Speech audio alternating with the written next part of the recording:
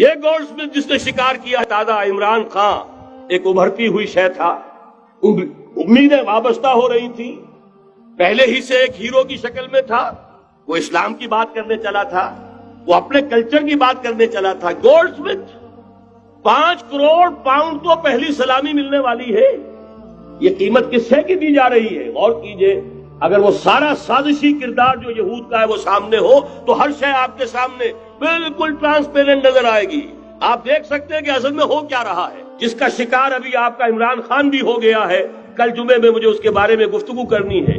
وہ order of the الومناٹی 1776 میں قائم کیا گیا تھا، یہودیوں کی سازش، وہ آج تک چل رہی ہے۔ آج بھی یہودی ہے کہ جو اسلام کا خاتمہ اور مسلمانوں کو اپنے کمی کاری بنانے کے لیے ایک پورے ورلڈ آرڈر کا نقشہ بنا کر آ چکے ہیں، اور آج در حقیقت آپ کا اصل دشمن، میں بالکل اتفاق کرتا ہوں مولانا سے، اصل دشمن نمبر 1 میرے اور آپ کے اندر موجود ہے، میرا اور آپ کا نفس۔ اصل دشمن یہ ہے، نفس ما ہم کم طرف فرعون نیست لیکن اورا عون ایرا عون نیست۔ اور دوسرا خارجی دشمن سب سے بڑا یہودی، لیکن یہ کہ اس وقت کے اور اس وقت کے حالات میں ایک بڑا فرق واقع ہوا ہے۔ مجھے اقبال کے وہ شعر یاد آ رہے ہیں، دنیا کو ہے پھر مارکہ روح و بدن پیش، تہذیب نے پھر اپنے درندوں کو ابھارا، اللہ کو پامردی مومن پہ بھروسہ، ابلیس کو یورپ کی مشینوں کا سہارا۔ وہی تاریخ ستیزہ کار رہا ہے ازل سے تا امروز، چراغ مصطفی سے شرار بولہبی۔ تو دنیا کو ہے پھر مارکہ روح و بدن پیش، تہذیب نے پھر اپنے درندوں کو ابھارا، اللہ کو پامردی مومن پہ بھروسہ، ابلیس کو یورپ کی مشینوں کا سہارا۔ میں جس فرق کی طرف اشارہ کر رہا ہوں ذرا اس پر غور کیجئے۔ جس وقت یہودی حضور صلی اللہ علیہ وسلم اور صحابہ کرام کی مخالفت کر رہے تھے، ان کے اور عیسائیوں کے درمیان دشمنی تھی۔ وقالت اليہود لیست النصارى علی شیء وقالت النصارى لیست اليہود علی شیء، ان میں آپس میں سانپ اور نیولے کا بیر تھا اس وقت، جبکہ نبی اکرم صلی اللہ علیہ وسلم کے ساتھ یہود کی یہ کشاکش جاری تھی۔ یہی وجہ ہے کہ آپ کو معلوم ہے کہ قرآن مجید کہتا ہے کہ بدترین دشمن تمام انسانوں میں اہل ایمان کے وہ یہود ہیں، اور قریب ترین اگر کسی کو پاؤ گے دوستی میں مسلمانوں کے تو وہ نصارہ ہے۔ سورہ مائدہ کی آیت ہے، وَلَتَجِدَنَّ أَشَدَّ النَّاسِ عَدَاوَةً لِلَّذِينَ آمَنُوا الْيَهُودَ وَلَتَجِدَنَّ أَقْرَبَهُمْ لِلَّذِينَ آمَنُوا مَوَدَّةً لِلَّذِينَ آمَنُوا الَّذِينَ قَالُوا إِنَّا نَصَارَى۔ اس وقت صورتحال یہ تھی۔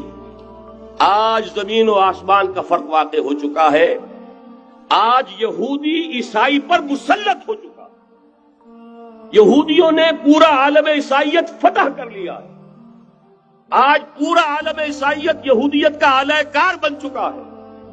چنانچہ پہلے تو ایک ہی بات تھی، یہ تو تقریباً 300-400 سال قبل ہو چکا، کہ west white Anglo Saxon Protestants یہ تو اعلی کار بن گئے تھے آج سے صدیوں پہلے، انہی کے ذریعے سے یورپ کے اندر انہوں نے سود کی اجازت حاصل کی، انہی کے ذریعے سے یہ ساری فحاشی اور یہ ساری عریانی کا جو بازار گرم کیا، یہ در حقیقت آزاد خیالی، لبرلزم،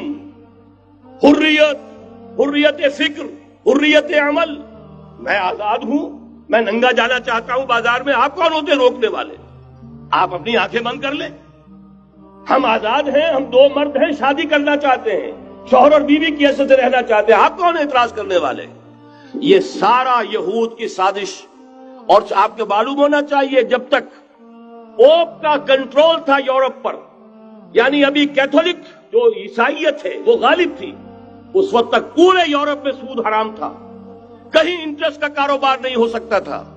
یہ پروٹیسٹنٹس کے ذریعے سے اس کی اجازت حاصل کی، نتیجہ یہ نکلا، علامہ اقبال شاعر مشرق اس صدی کے آغاز میں گیا تھا یورپ، اور وہاں جا کر اس نے دیکھ لیا تھا فرنگ کی رگے جہاں پنجے یہود میں ہے۔ معاشی اعتبار سے یہودیوں نے پورے یورپ کے اوپر اپنا تسلط قائم کر لیا تھا، اور یہ یہودی کون تھے؟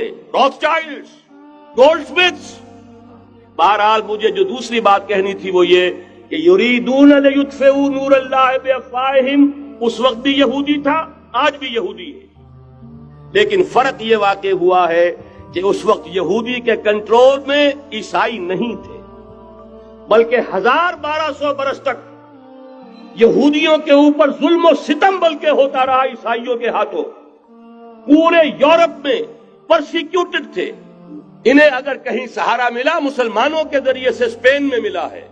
بن گوریان نے خود لکھا اپنی کتاب میں کہ ڈیورنگ دی ڈائسپورا، یہ ہمارا جو انتشار کا دور ہے 70 عیسوی سے جو شروع ہوا تھا، اس ڈائسپورا کے دوران our golden period is the period of Christian Spain، ہمارا سنہری دور وہی ہے جو مسلمان ہسپانیہ کا دور ہے۔